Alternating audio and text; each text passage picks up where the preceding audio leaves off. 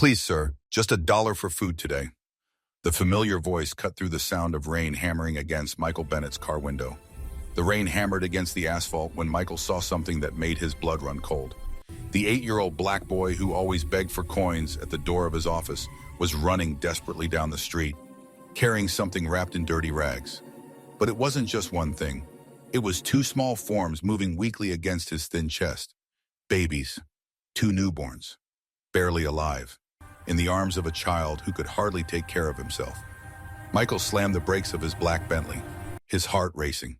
For 3 years, that boy had appeared every morning at the same corner, with the same wide, pleading eyes.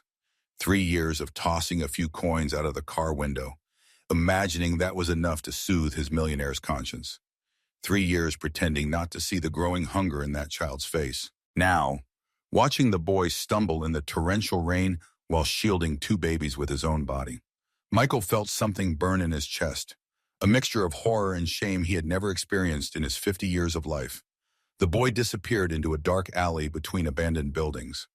Michael hesitated for only a second before stepping out of the car, leaving it running in the rain.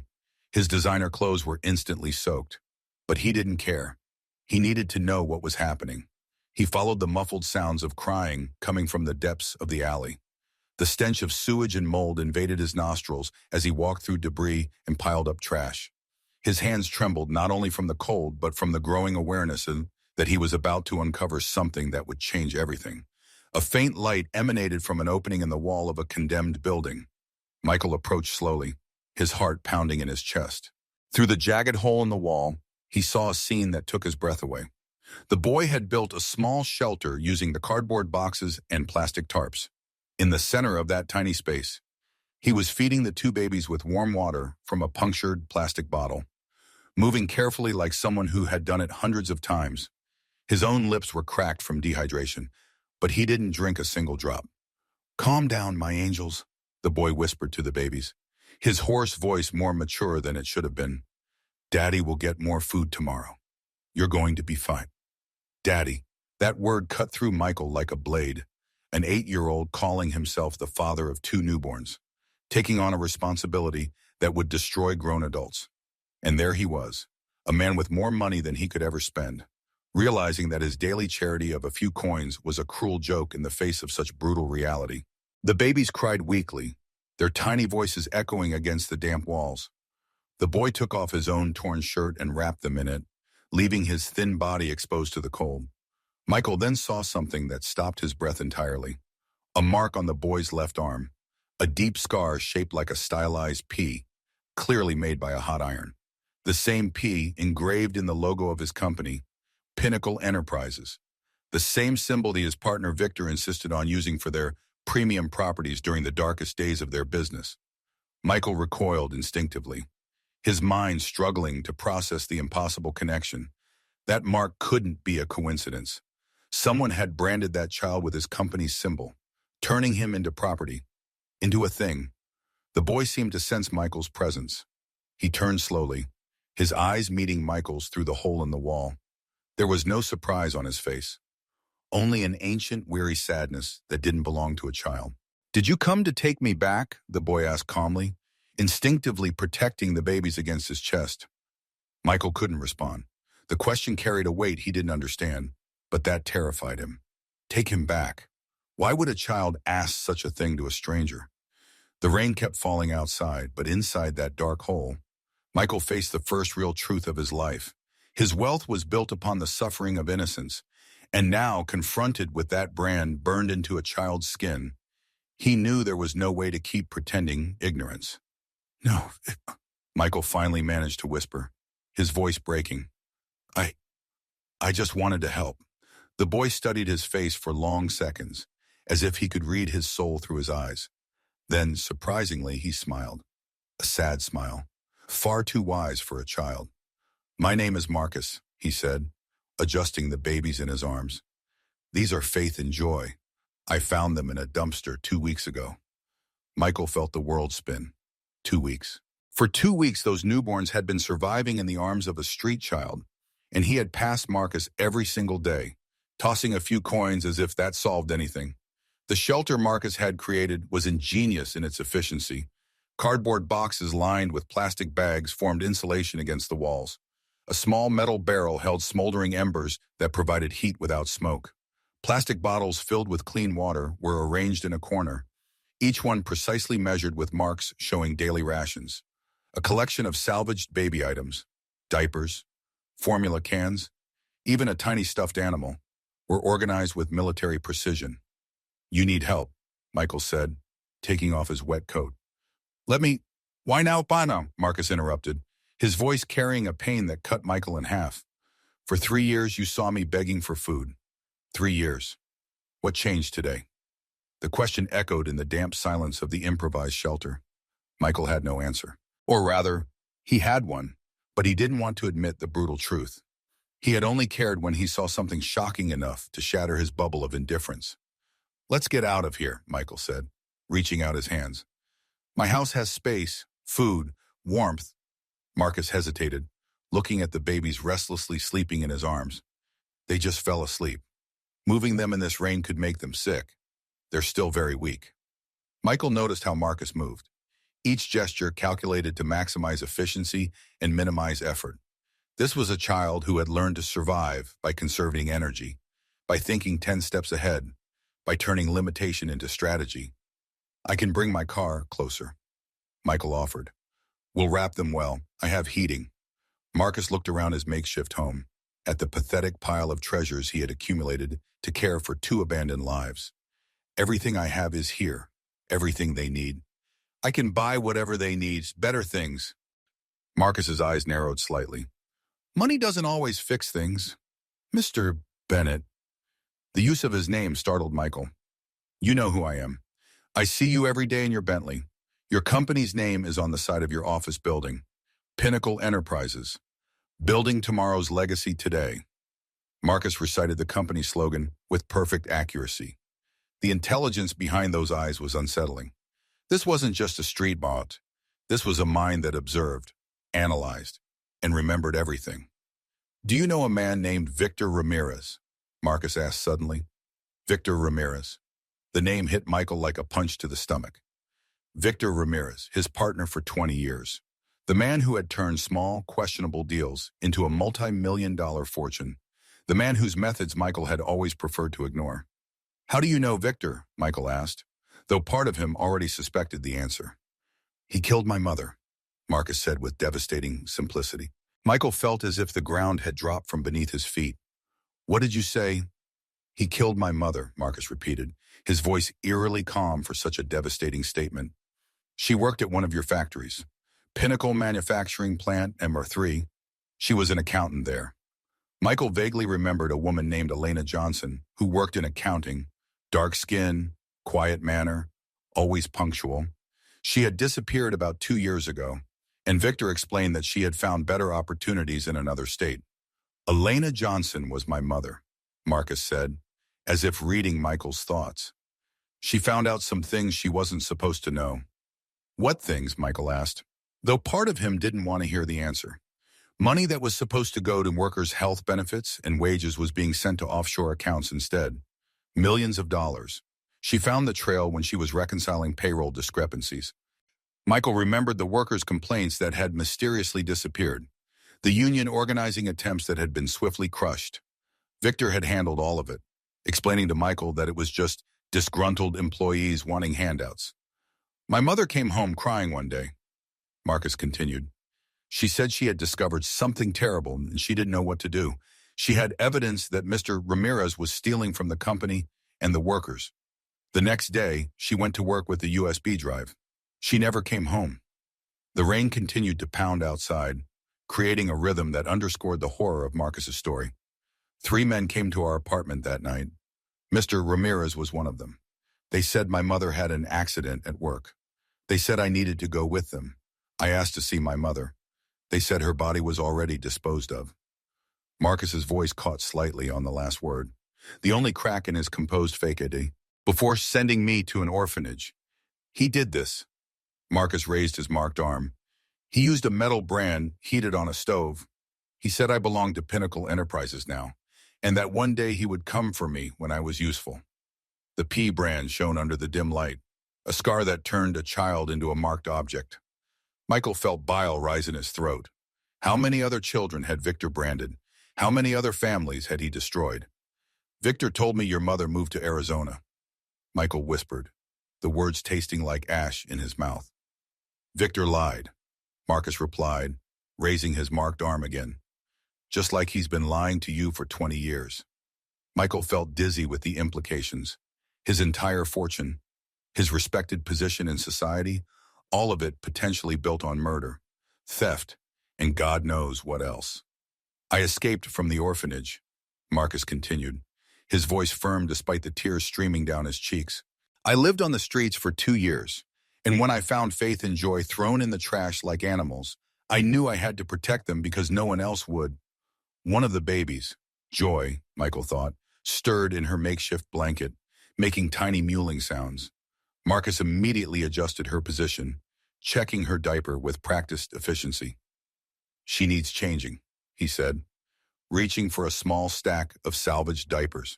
The diapers were clean, but clearly reused, washed by hand and dried in whatever safe space Marcus could find. Michael watched in silence as this child expertly changed a newborn's diaper, talking softly to her the entire time, reassuring her that everything was okay. The level of care and competence was both heartbreaking and awe-inspiring. Marcus, Michael said, trying to keep his voice steady, is Victor still looking for you? Always, Marcus replied without looking up from the baby. He has men searching. He said one day he would finish what he started with me. Why, what does he want with you? Marcus finished changing the baby and looked up, his eyes far older than his years. Because I took something when I escaped. Something important. What did you take? Evidence, Marcus said simply. My mother taught me to always keep receipts. At that moment, Michael made the decision that would change everything. Not just out of guilt or remorse, but because for the first time in his life, he was witnessing true courage. A child who had sacrificed everything to protect 2 abandoned babies deserved more than coins tossed from a car window. You and the babies are coming with me, Michael said, his voice heavy with determination. And Victor Ramirez will never lay a finger on you again. Marcus studied him for another moment. Then slowly he nodded. But as Michael helped Marcus gather the few belongings from the shelter, neither of them noticed the dark figure watching from across the street, speaking quietly into a phone. Boss, we found the boy, and he's not alone. The hunt had begun. In Michael's mansion, for the first time in years, there was life beyond luxurious emptiness. Marcus walked through the marble corridors carrying Faith and Joy, his bare feet softly echoing across the cold floors. The contrast was brutal. A street child in tattered clothes surrounded by works of art worth more than most people earned in a lifetime. I've never seen so much empty space, Marcus remarked, observing the enormous, impeccably decorated rooms. The house I lived in with my mother would fit entirely in this room. Michael felt the weight of irony. He had built an empire to fill a void that only grew with each acquisition. Now, 3 abandoned children brought more purpose to these walls than decades of material accumulation. You live here alone, Marcus asked, his eyes taking in the perfectly arranged furniture that showed no signs of actual use. Yes, Michael replied. Just me and the housekeeping staff who come 3 times a week. All this space for one person, Marcus mused. While we lived in a single room, there was no accusation in his voice, just observation. But it stung Michael more than any direct reproach could have. The babies need formula, proper diapers, and clean clothes, Michael said, trying to focus on immediate needs. I'll have my assistant deliver everything within the hour. They're also due for their feeding soon, Marcus added. I've been giving them formula when I can get it, warm water when I can't. Michael felt another wave of shame. I'll make sure they get everything they need from now on. While Marcus fed the babies in the kitchen, Michael locked himself in the office. He needed to understand what Victor had done, how many crimes had been committed in the name of Pinnacle Enterprises. He opened files he had avoided examining for years, accounts that Victor had always supervised for efficiency. What he found made him nauseous. $1 million transfers to offshore accounts labeled as operational costs, contracts with shell companies for services never rendered, payments for security services that were clearly bribes and extortion. Worse, he found a folder titled Legacy Program, with a list of names. Elena Johnson, Marcus's mother, was marked as resolved permanently. There were other names on the list, entire families, and next to each name, a note about young elements transferred to special programs. Michael understood the full horror. Victor didn't just eliminate those who discovered his crimes. He kidnapped children, branded them as property, and used them in even more sinister schemes. Marcus had escaped, but how many others hadn't been so lucky? His fingers trembled as he opened a subfolder containing dozens of photos of children with the P mark, ages ranging from 5 to 15, all with empty eyes, all clearly under some form of control. A noise in the garden made him freeze. Through the window, he saw figures moving among the trees. Victor had found the mansion faster than he expected. Michael locked the files in a secret drawer and ran to the kitchen, where Marcus was cradling Joy while Faith nursed peacefully. The domestic peace grotesquely contrasted with the approaching danger. "We have to leave. Now, what?" Michael said, trying to keep his voice calm. Marcus lifted his eyes, already knowing. "He's here." It wasn't a question. The boy had developed survival instincts that adult men never had to cultivate. He could feel danger approaching like a wild animal. "I know a place," Michael said, grabbing an emergency bag he always kept ready. "A cabin in the mountains that Victor doesn't know about." "Victor knows everything about you," Marcus replied, adjusting the babies against his chest. "He has 20 years of information. Wherever you go, he knows." The truth of the words hit Michael like lightning. Victor wasn't just his partner. He was his controller, his manipulator, the true owner of everything Michael thought he possessed. A crash at the front door echoed through the house. "Back exit," Michael whispered, guiding Marcus through the pantry to a hidden door leading to the backyard. But Victor had surrounded the property. Flashlights moved on all sides. Voices whispered commands in the darkness. Michael realized he was trapped in his own home, turning his refuge into a prison. "Michael." Victor's voice echoed through the corridors. "I know you're there. Bring the boy, and we can settle this civilly." Marcus grabbed Michael's arm, his eyes shining with fierce determination. "He doesn't want just me," he whispered. "He wants the babies too, to replace the ones who've grown too old in the program." The final revelation hit Michael like an avalanche. Victor didn't just raise marked slave workers. He replaced them when they got too old, always keeping a stock of small children to mold according to his sick will. "There's something Victor doesn't know about me," Marcus said, his voice gaining a frightening strength for an 8-year-old. "Before I ran from the orphanage, I copied all his files, names, places, bank accounts, everything." Michael stared at him incredulously. "You have proof, hidden in a place only I know. Victor wants me alive because he knows if anything happens to me, that information will get into the right hands." That was it, the trump card Marcus had kept secret. The reason he was still alive despite all the pursuit. An 8-year-old had outsmarted an experienced criminal through pure intelligence and planning. "What kind of proof do you have?" Michael asked urgently. "Financial records showing where the stolen money went, photos of the facility where they keep the children, voice recordings of Victor giving orders about my mother." Marcus's voice trembled slightly now, the first sign of the child beneath the forced maturity. "A video of him burning the P into my arm." Michael winced, imagining the pain and terror Marcus had endured. "How did you get all this?" "My mom was teaching me programming," Marcus explained, his eyes now showing a glimpse of pride. "She said computers never lie if you know how to ask them questions. She showed me how to set up automatic backups that copy everything." He pulled a small device from his pocket that looked like a modified flash drive. "This copies data when plugged into any computer. I hid it under Victor's desk the day before my mom disappeared. It recorded for 3 days before I took it back." Michael was stunned by the level of sophistication. "Where are these files now?" "I created what my mom called a dead man's switch," Marcus explained. "It's programmed to release everything to the FBI, news people, and child protection agencies if I don't enter a special code every 72 hours. "When did you last enter the code?" Michael asked, realizing the strategic genius of such a system.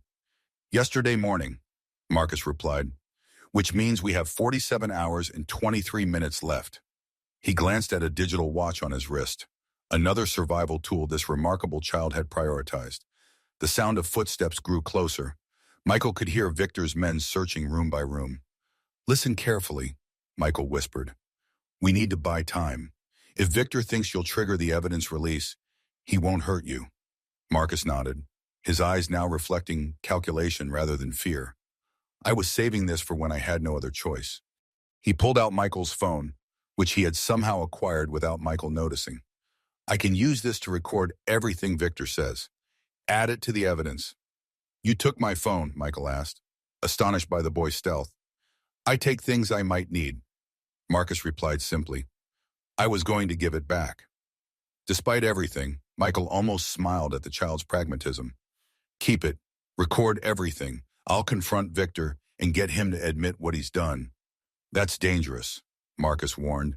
"He'll kill you if he thinks you're turning against him." "Not if he believes he can still control me," Michael replied.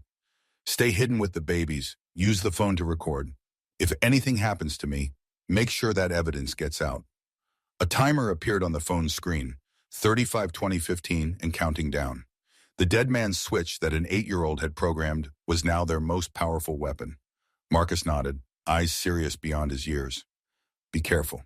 He never shows his real face until it's too late." Michael left the kitchen and walked through the dark corridors of his own house. 20 years in partnership with Victor, 20 years pretending not to see the obvious signs. It was time to face the monster he had helped create. Michael found Victor in the main living room, examining the expensive paintings with his usual calm. 3 armed men accompanied him, but Victor dismissed them with a gesture when he saw Michael. "Michael, my old friend." Victor smiled, as if they were in a business meeting. "You seem troubled." Victor Ramirez was a handsome man in his mid-50s, with silver temples and the easy charm that had opened countless doors in their business dealings. He wore an impeccably tailored suit despite the late hour, every detail of his appearance calculated to project respectability and success. "Where are the children from the legacy program?" Michael asked directly. Victor's smile widened, but his eyes remained cold. "So you finally discovered. I thought you'd never have the courage to look at the files." "Answer me."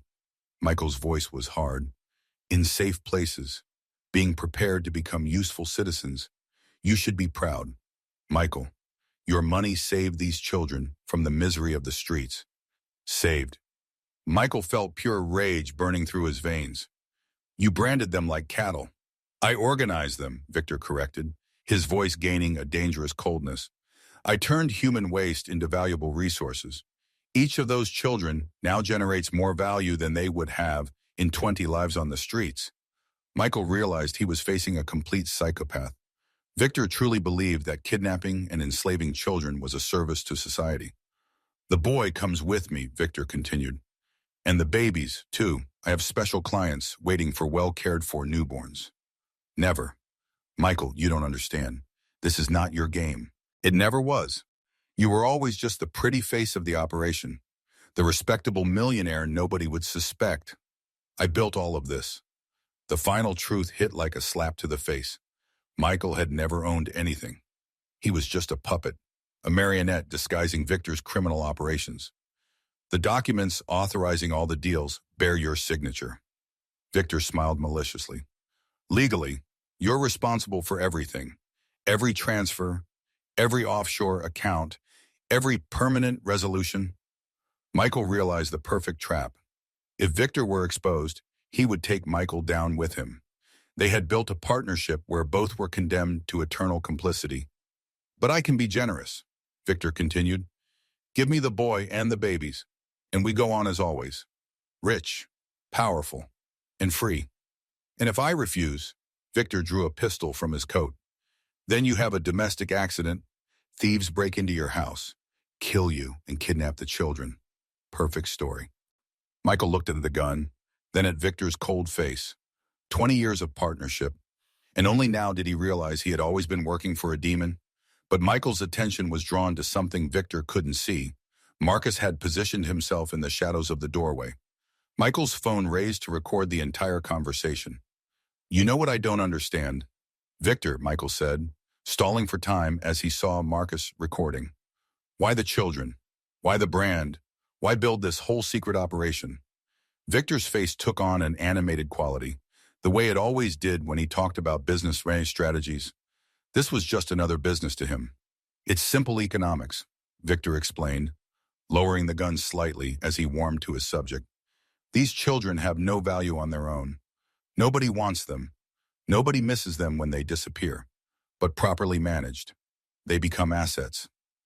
Assets, Michael repeated, the word making him sick. The younger ones go to our special clients who pay premium prices for off-the-record adoptions. The older ones enter our training program. By age 12, they're working in our factories, perfectly obedient, with no legal identity to demand rights or wages. Michael kept Victor talking, knowing every word was being recorded. And the brand, the P, psychological conditioning, Victor said with disturbing pride. From the moment they're marked, they understand their property, pinnacle property. The physical pain creates the initial break in their will. The permanent mark reminds them every day of their status. Marcus remained perfectly still in the shadows, the phone's camera capturing every horrifying confession. The mothers like Elena Johnson, the ones who discover your operation. Unfortunate but necessary eliminations. Victor shrugged. Business requires difficult decisions sometimes. How many have you killed? Directly only 3. The others were handled by contractors. Cleaner that way. Every word was another nail in Victor's coffin, another piece of evidence being recorded for authorities. And my role in all this, Michael asked, fighting to keep his voice steady. You were perfect. Victor laughed. The philanthropist businessman with the clean reputation. You signed everything I put in front of you, never asking questions because you were too focused on the profits. Your signature is on every document. Michael, every property where we house the children, every shell company that moves the money, every contract with our special clients. Legally, you're as guilty as I am. Michael noticed a tiny light blinking on Marcus's phone. The recording was being uploaded somewhere in real time.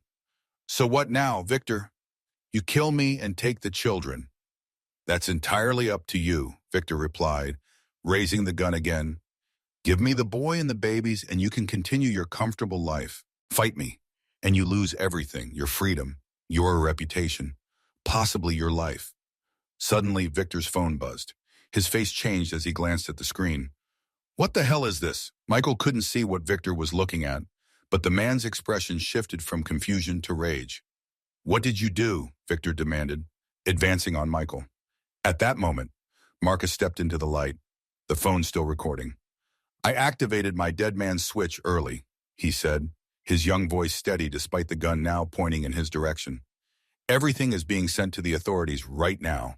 All the evidence, all the recordings, everything. Victor's face contorted with fury. You little... Federal agents have already received the first batch of files. Marcus continued, showing remarkable composure for a child facing an armed murderer. They know about the offshore accounts. They know about the facilities where you keep the children. They have the video of you killing my mother. The phone in Marcus's hand pinged with notifications. That's the FBI confirming receipt of the data package, he explained with uncanny calmness. And that's CNN acknowledging the evidence files. And that's the U.S. Attorney's Office opening an investigation based on what I just sent them. Victor lunged toward Marcus, but Michael intercepted him, grabbing the arm holding the gun. They struggled, the weapon discharging into the ceiling, sending plaster raining down. Run, Michael shouted to Marcus. Marcus didn't hesitate. He sprinted back toward the kitchen where the babies were hidden, while Michael continued to grapple with Victor. Victor was stronger, fueled by desperate rage. He slammed Michael against the wall, the gun now pressed to his temple. Do you have any idea what you've done? He snarled. Exactly what I should have done years ago, Michael replied. The distant wail of police sirens cut through the night. Marcus's evidence had triggered an immediate response. Victor's men burst into the room. Boss, we've got police incoming. Multiple vehicles. Victor's eyes darted around like a cornered animal's. Find the boy and the babies. Now. But before his men could move, the mansion's security system suddenly activated. Emergency shutters dropping over windows and doors. Marcus had accessed the home's automation system through Michael's phone, locking down the entire property. Smart kid, Michael said through bloodied lips. He's trapped us all inside until the authorities arrive. On the walls, security monitors flickered to life, showing police vehicles surrounding the property. Tactical teams were taking positions at every entrance. "This is the FBI," a voice boomed through external speakers. "The building is surrounded. Come out with your hands up." Victor's face twisted with hatred. He raised the gun again, aiming at Michael's chest. "If I'm going down, you're coming with me." The gun fired just as a tactical team of FBI agents breached the front door. The bullet grazed Michael's shoulder instead of hitting his heart. As Victor's aim was thrown off by the explosive entry, within seconds, the room was filled with federal agents, weapons trained on Victor and his men. "Federal Bureau of Investigation, drop your weapons hands where we can see them." Victor, knowing he was cornered, slowly lowered his gun. His eyes burned with hatred as he looked at Michael. "This isn't over," he whispered as agents handcuffed him. "You're as guilty as I am. Your signature is on everything." As the agents led Victor away, Michael saw Marcus standing in the doorway, the phone still in his hand. The boy's expression showed no triumph, no relief, only the weary acceptance of someone far beyond his years who had finally completed a terrible but necessary task. "Are the babies safe?" Michael asked him. Marcus nodded. "They slept through everything." "You saved us all," Michael said, wincing as a paramedic began treating his wounded shoulder. "I just finished what my mother started," Marcus replied quietly. From across the room, an FBI agent called out, "Sir, you need to see this." On a tablet, she was scrolling through the files Marcus had just released. "There are records of at least 47 children in this operation. Locations, caretakers, client lists. It's all here." Michael looked at Marcus with newfound respect. "How did you manage to gather all this?" "My mom taught me that information is power," Marcus said, his voice steady despite the chaos around them. "And she showed me how to find information others try to hide." For the first time since Michael had known him, Marcus allowed himself a moment of vulnerability, leaning against the wall as the adrenaline began to fade. "I've been waiting to send this for 2 years. I was just waiting until I could protect the babies too." As the FBI secured the scene, Michael realized that this 8-year-old boy had accomplished what armies of accountants, regulators, and law enforcement had failed to do. He had brought down an entire criminal empire using nothing but his intelligence and courage. The mansion transformed into a federal crime scene overnight. Evidence technicians photographed and cataloged everything. FBI cybercrime specialists downloaded server contents, and forensic accountants began unraveling the complex financial web that had funded Victor's operation. Special Agent Diana Rodriguez led the investigation, her experienced eyes missing nothing as she coordinated the massive effort. She was particularly gentle with Marcus, recognizing both his trauma and his extraordinary courage.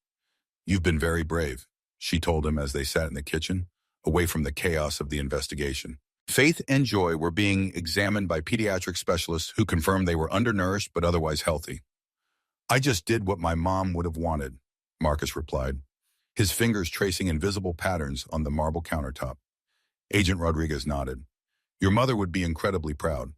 The evidence you collected is remarkable. Our tech team says they've never seen such a sophisticated system created by someone your age."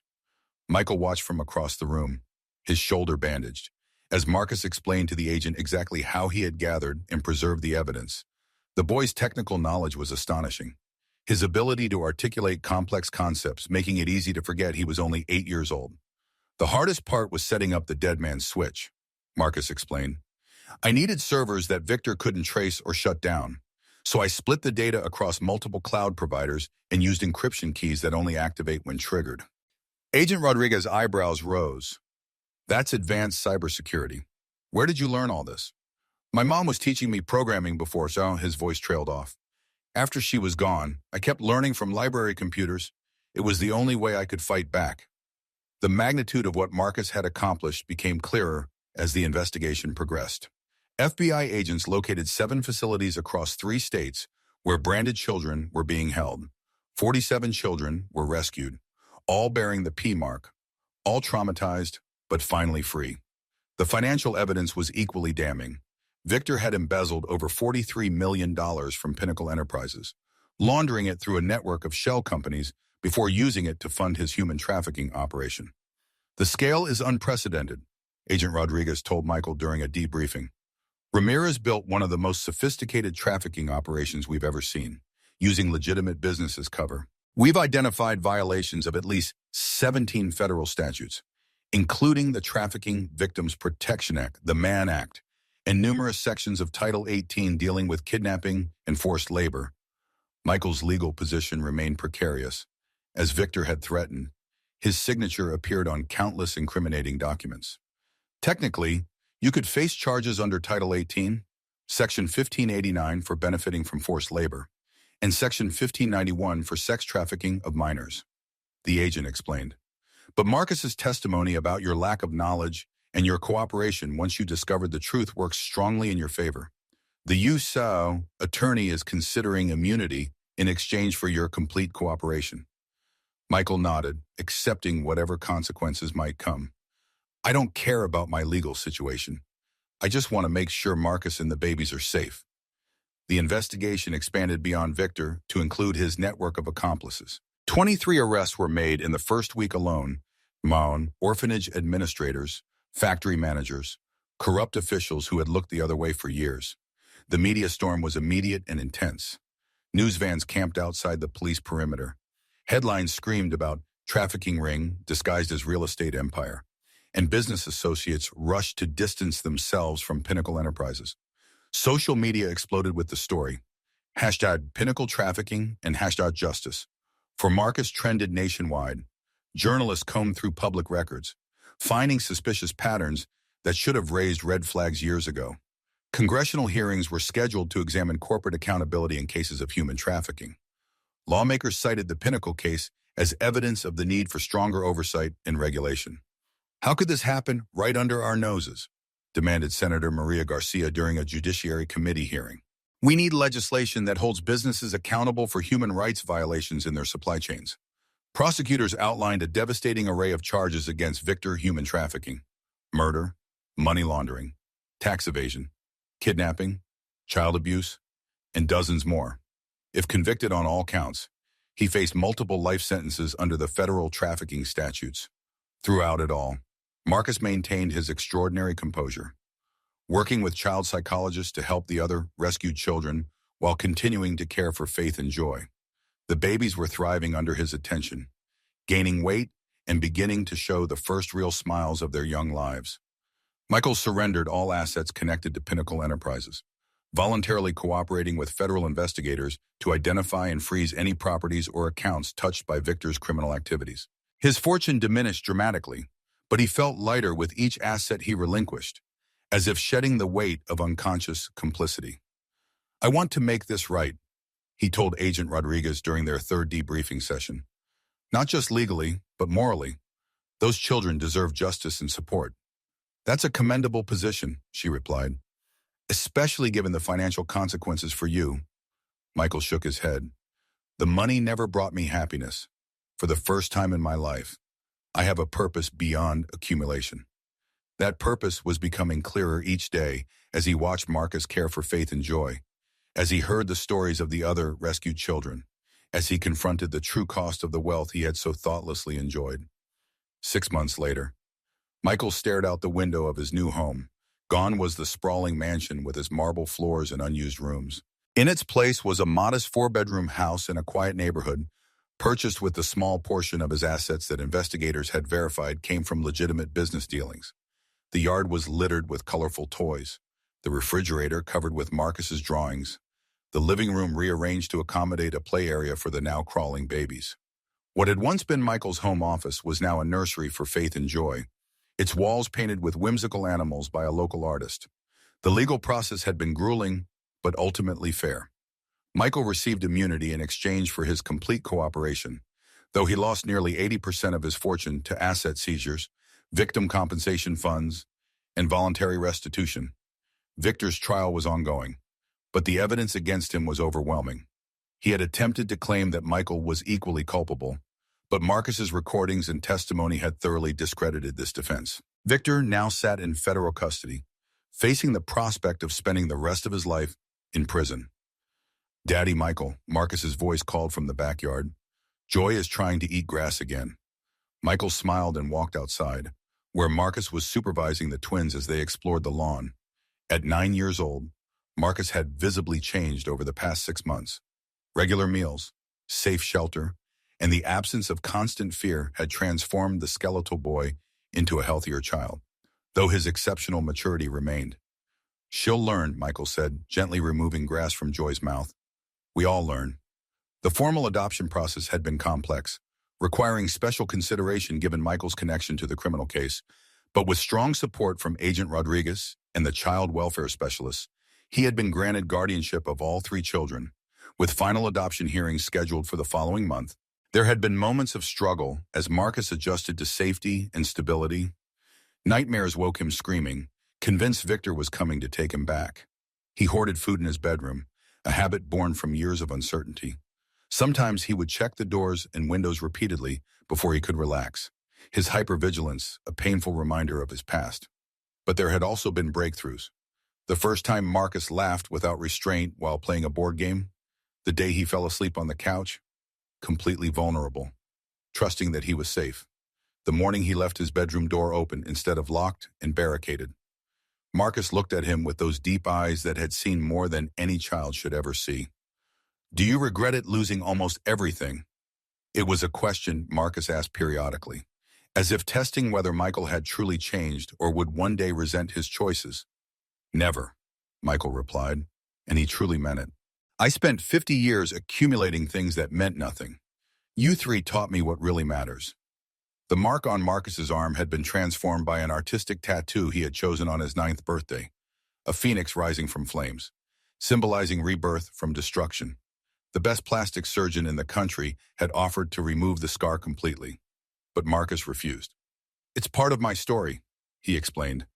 "I don't want to forget where I came from." Michael admired that wisdom.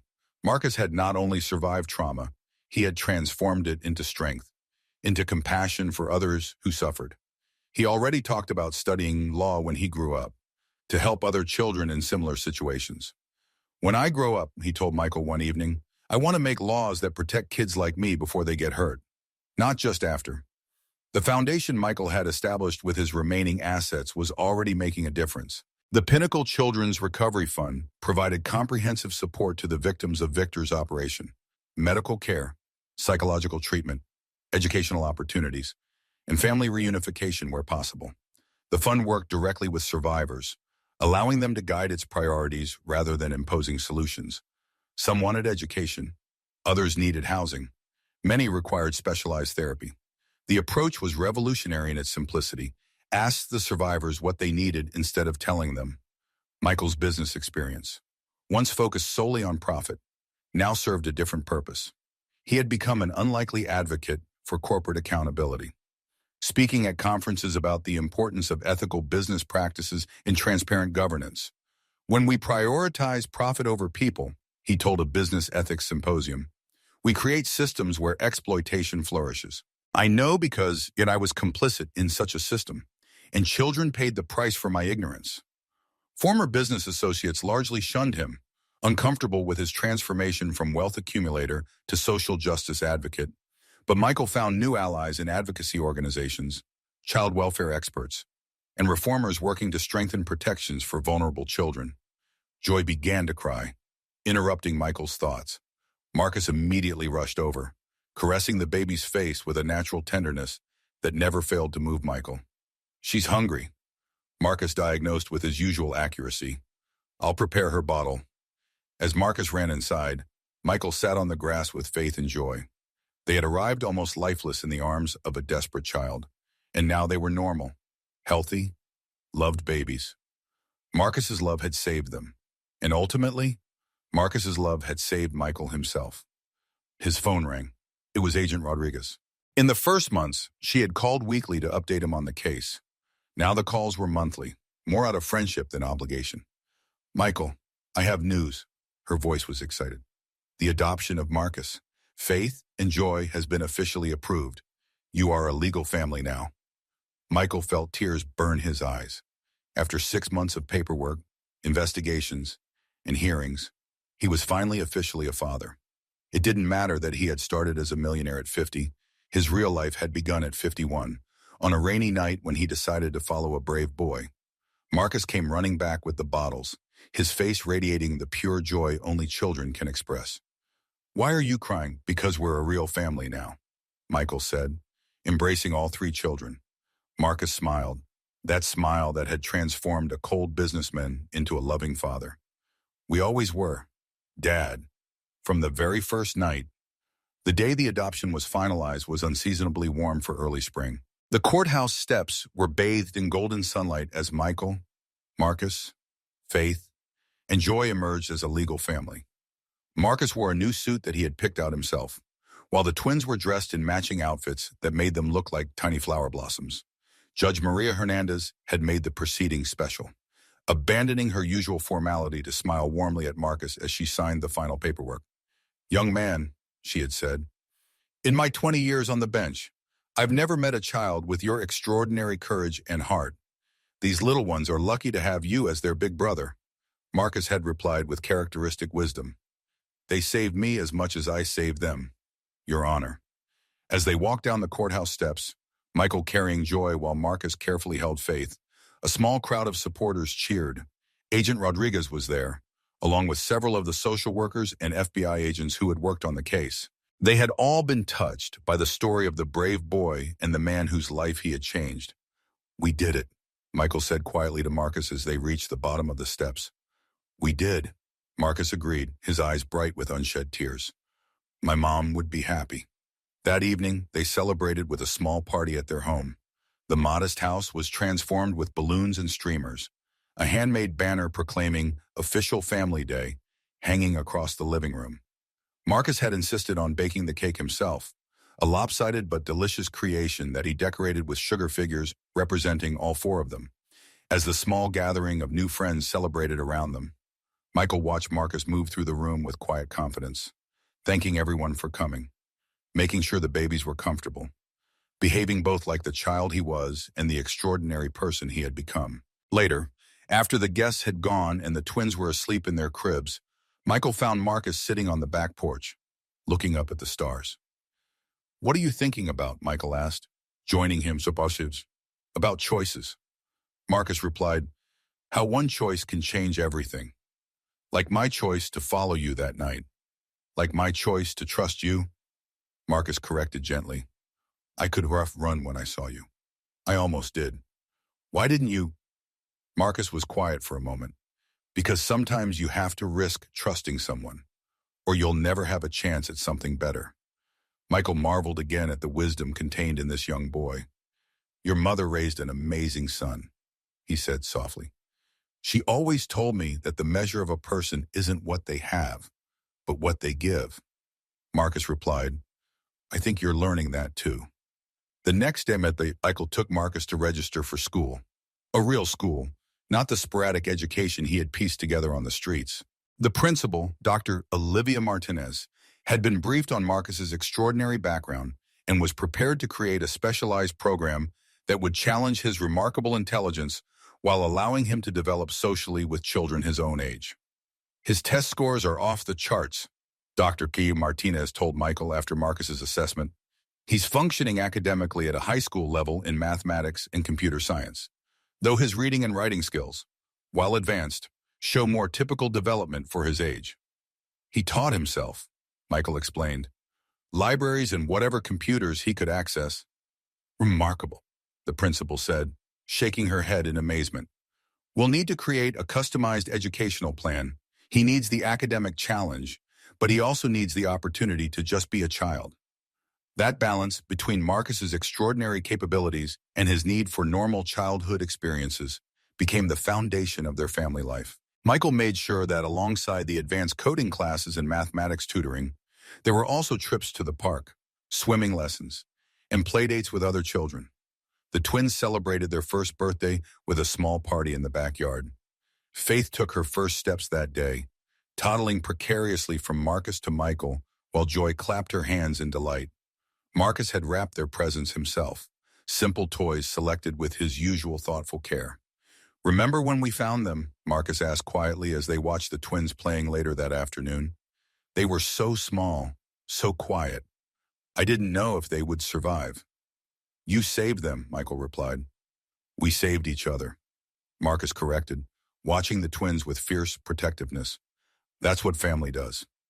As Marcus adjusted to school life, his intelligence and unique perspective made a profound impression on both teachers and classmates.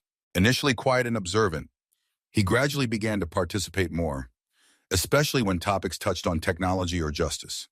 Your son gave the most remarkable presentation today, his science teacher told Michael during a parent-teacher conference.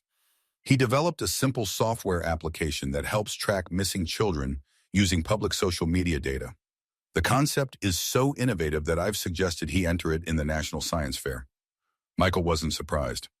Marcus's mind constantly worked on ways to protect other children from experiencing what he had endured. His bedroom had transformed into a combination of typical child space and inventor's workshop, with coding books stacked alongside action figures. One evening, Michael received an unexpected visitor. A young woman named Isabella Reyes arrived at their door, hesitant and nervous. I was one of them, she explained once the children were in bed. One of the branded children. Victor took me when I was 6, after my mother disappeared. She rolled up her sleeve to reveal the familiar P scar, now partially covered with tattoos of flowering vines. I escaped when I was 15, she continued. I've been rebuilding my life since then.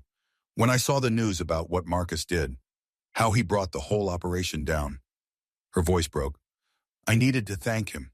He freed all of us, even those who had already escaped. Michael invited her to return the next day to meet Marcus. When she did, bringing her own 2-year-old daughter, Marcus recognized immediately what she had been. You have the same look in your eyes, he told her. The same way of watching everything. Isabella nodded, understanding completely. We never stop being vigilant, do we? Even when we're safe. That meeting led to others, as more survivors of Victor's operation found their way to Michael and Marcus. A support network formed organically, survivors helping each other heal, sharing resources and understanding that others couldn't provide. Michael's house became a gathering place on weekends, filled with the voices of those who had endured the unimaginable and were now reclaiming their lives. Marcus moved among them like a quiet catalyst, connecting people, offering insights, showing by example that healing was possible. 5 years passed, transforming everyone. Marcus, now 13, stood on stage at the National Child Advocacy Conference, accepting the Young Humanitarian Award for his work with trafficking survivors. He had grown tall and strong, his intelligence now matched by confidence and purpose.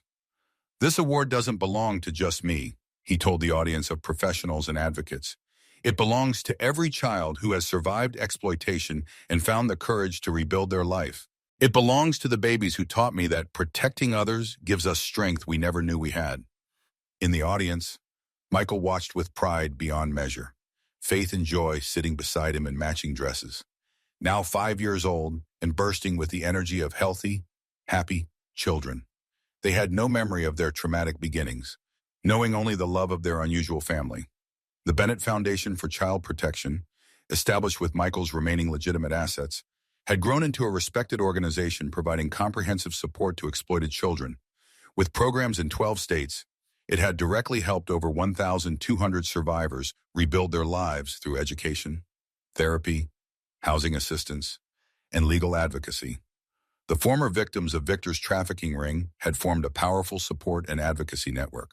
Many now served as mentors to recently rescued children, their personal experiences creating connections that professional services alone couldn't provide.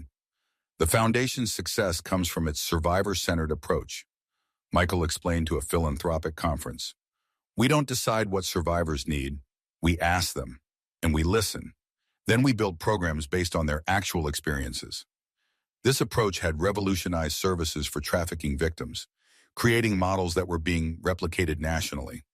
Marcus's insights drove much of this work, his unique perspective bridging the gap between professional expertise and lived experience. Victor Ramirez had been sentenced to multiple life terms without possibility of parole under Title 18, U.S. Code Sections 1591 and 1594 for sex trafficking of minors by force, fraud, or coercion. His network had been dismantled, his assets seized and redirected to victim services. The criminal enterprise that had once seemed untouchable was now a case study in law enforcement textbooks, largely due to the evidence collected by an 8-year-old boy. On a crisp autumn day, Michael made the difficult decision to visit Victor in federal prison, not for revenge or closure, but to show him photos of the thriving children he had tried to exploit. "Why are you here?" Victor asked, his once immaculate appearance now diminished by prison uniforms and the weight of his crimes. "To show you what you failed to destroy," Michael replied, sliding photographs across the visiting room table. "Marcus graduated at the top of his class. He's developing software to help identify trafficking victims. Faith and Joy just started kindergarten. They're learning to read already." Victor's eyes flickered over the images, his expression unreadable. "You lost everything because of that boy," he finally said.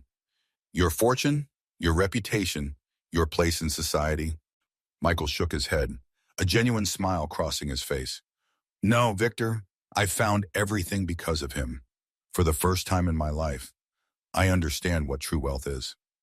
When he left the prison, Michael felt no satisfaction, no triumph, only a quiet certainty that he had chosen the right path, however late in life that choice had come. Later that month, Marcus addressed a conference on corporate accountability, his wisdom now having national impact despite his youth. Business leaders and regulators listened intently as this teenage boy explained how corporate structures could be designed to prevent exploitation. Responsibility isn't just about following laws, Marcus told them. It's about actively looking for harm you might be causing and stopping it before it happens.